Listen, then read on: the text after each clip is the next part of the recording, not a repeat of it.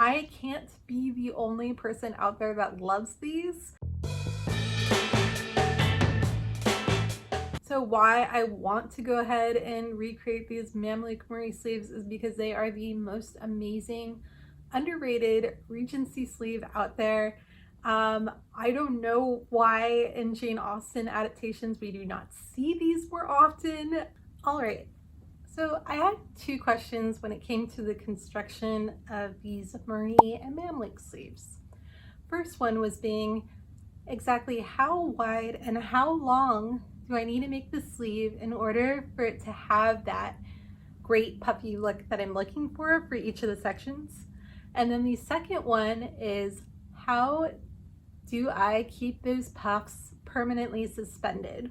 This is one of those projects that turned out to be way more complicated than I anticipated, and it was the design process that was the complicated part. Once I finally figured out how it's supposed to all come together, it was totally fine. With a water-soluble ink pen, I went ahead and marked the exterior and gather lines on my pattern.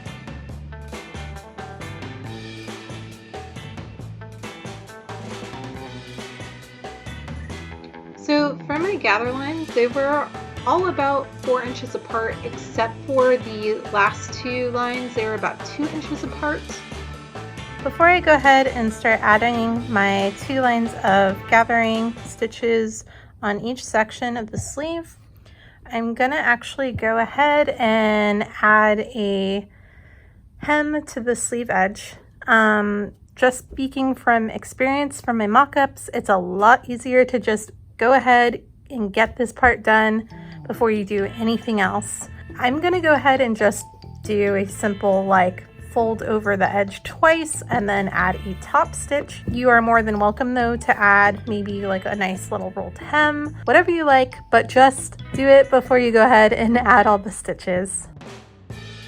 There are so many gathering lines depending on how many sections of puffs that you make. This takes forever, so relax, enjoy the process.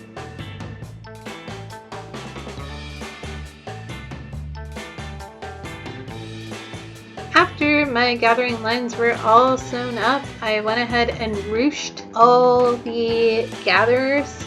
This is the part where you want to make sure that you maybe leave a little excess room when you go ahead and ruche the sleeve up, because this is really the time to go ahead and try on your sleeve and make sure it fits, because once you go ahead and we go to the next step of adding the binding trim, it's a pain to go back and try and sort out fit. So find out your sleeve fits before you move on.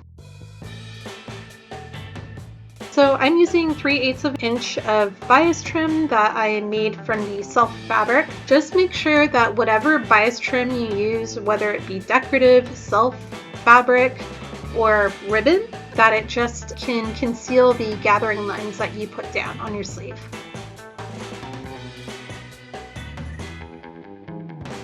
The binding is all top stitched down. I go ahead and start prepping the sleeve to finally sew it all together, pinning it and making sure that all the trim edges line up.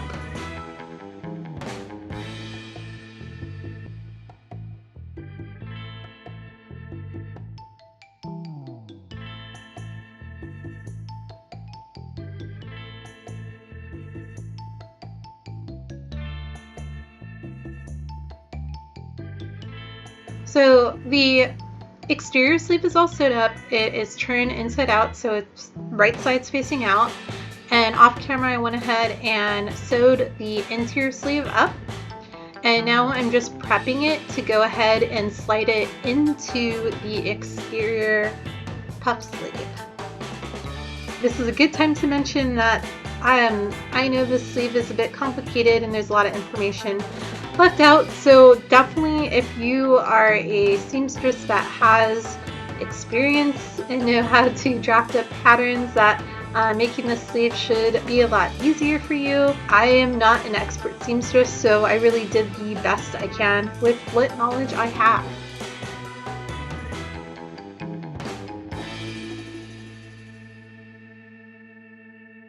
I match up the sleeve heads of the interior and exterior sleeve and pin them together.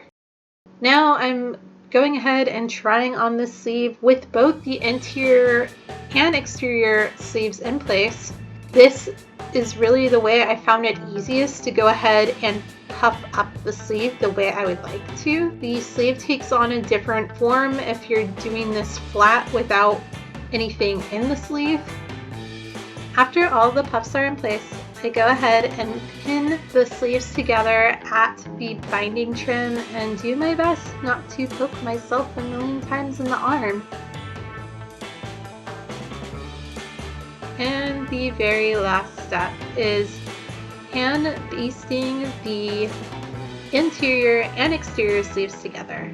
So I just made sure that when I was hand sewing that I just concealed all the stitches underneath the top stitching of my trim.